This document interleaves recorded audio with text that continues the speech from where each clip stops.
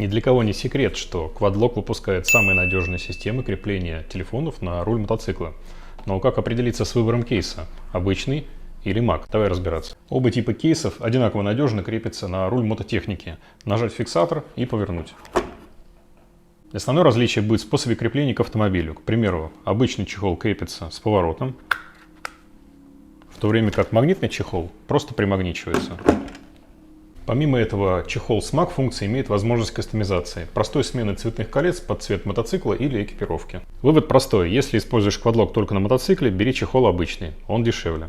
А если используешь в том числе в автомобиле или в офисе, то Quadlock с функцией Mac однозначно твой выбор. Не забудь подписаться.